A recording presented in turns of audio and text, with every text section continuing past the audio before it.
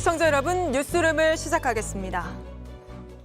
설 연휴가 끝나면 우리의 일상이 좀 달라집니다. 오늘 정부가 수도권 2단계, 다른 지역들 1.5단계로 거리두기 단계를 낮추겠다고 발표했습니다. 10주 만에 풀리는 거죠. 이제는 수도권을 기준으로 식당, 카페, 헬스장 모두 다 밤 10시까지 1시간 더 문 열 수 있게 되고 PC방이나 학원, 독서실은 아예 시간 제한이 사라집니다. 하지만 그렇다고 해서 마음 놓아도 되는 상황이라는 건 결코 아닙니다. 정부는 확진자가 늘어나면 언제든 바로 단계를 올리겠다고 했습니다. 먼저 오늘 정부 발표 내용부터 정종문 기자가 보도합니다. 지난 한 주간 수도권은 하루에 280여 명, 비수도권은 70여 명 확진 판정을 받았습니다.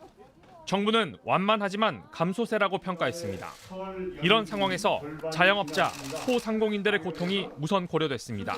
방역과 민생의 균형점을 찾기 위해 고심이 많았습니다. 핵심은 문을 닫게 하는 방역에서 스스로 실천하는 방역으로 전환해보자는 것입니다. 병상도 안정적으로 운영되고 있다고 판단했습니다. 이번 거리두기 완화로 수도권에서는 식당, 카페, 헬스장 등 다중이용시설 영업시간을 밤 10시까지로 1시간 연장했습니다.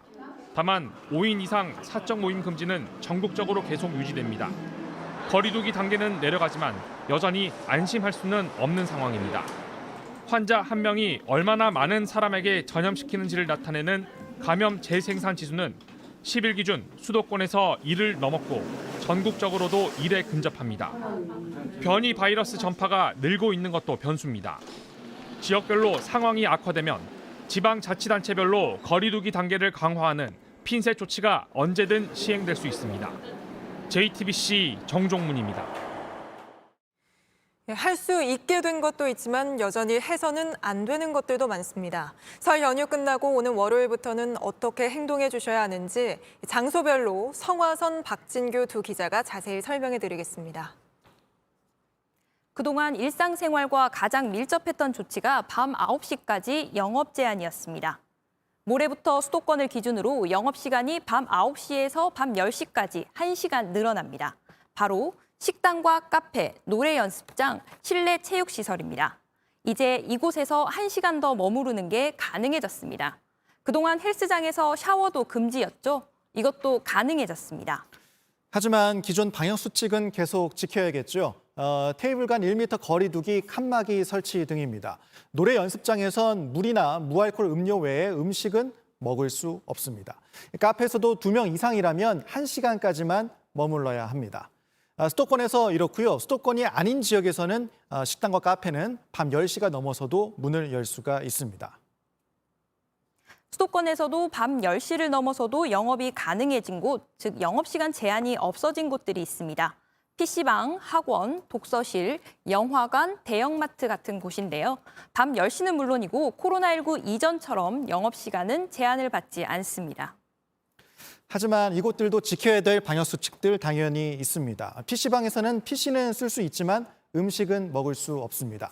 목욕탕에서도 땀을 내는 사우나, 한증막도 운영이 계속 안 됩니다. 그리고 학원의 경우에는 학생들이 2칸은 띄어서 앉아야 하는데 1칸씩만 띄어 앉으면 밤 10시까지만 문을 열 수가 있습니다. 클럽, 헌팅 포차, 감성주점 같은 유흥시설은 약 3개월 동안 영업 금지였는데요. 모레부터는 밤 10시까지 영업을 할 수 있습니다.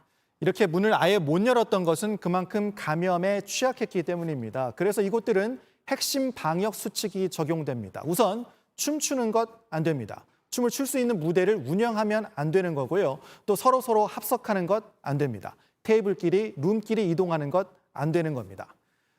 지금까지 설명드린 것처럼 갈 수 있는 곳이 많아지고 머물 수 있는 시간도 길어졌습니다. 하지만 사적으로 5명 이상 모일 수 없는 조치는 계속 이어집니다. 다만 가족의 경우에 예외를 인정해 주기로 했습니다. 같이 살지 않아도 직계 가족끼리는 5명 이상도 만날 수 있습니다. 아버지, 어머니, 아들, 손자, 그리고 며느리 이렇게 5명이 만나도 되는 겁니다. 그런데 이 기준은 직계 존비속입니다. 그러니까 형제 또는 자매 가족들끼리만 5명 이상 만나는 건 여전히 안 됩니다. 그렇다면 교회와 법당 같은 종교시설은 어떻게 달라질까요? 내일이 일요일인데 좌석수의 10% 안에서만 예배를 볼 수 있습니다. 다음 주부터는 이 비율이 20%로 높아집니다. 네, 대면 예배 인원 늘어나지만 이 역시 방역 조치 계속 유지됩니다. 큰 소리로 함께 기도하거나 암송하는 것 안 되고요. 성가대 운영도 계속 안 됩니다. 그리고 예배가 아닌 모임, 숙박, 단체 식사 등은 모두 계속 금지입니다. 결혼식장, 장례식장에는 더 많은 사람들이 모일 수 있습니다. 99명까지 가능해집니다. 또 지금은 스포츠 경기는 무관중으로 열렸지만 수도권에서는 좌석수의 10%까지, 비수도권에서는 30%까지 입장할 수 있게 됩니다. 네, 문 닫고 싶을 때 닫을 수 있게 된 비수도권 자영업자들은 환영하고 있지만 수도권 쪽은 업종별로 반응이 엇갈렸습니다. 식당은 이 1시간이 간절했다고 모처럼 웃었지만 주로 밤에 장사하는 술집과 노래방 등은 크게 달라지는 게 없을 거라는 반응입니다. 홍지용 기자입니다.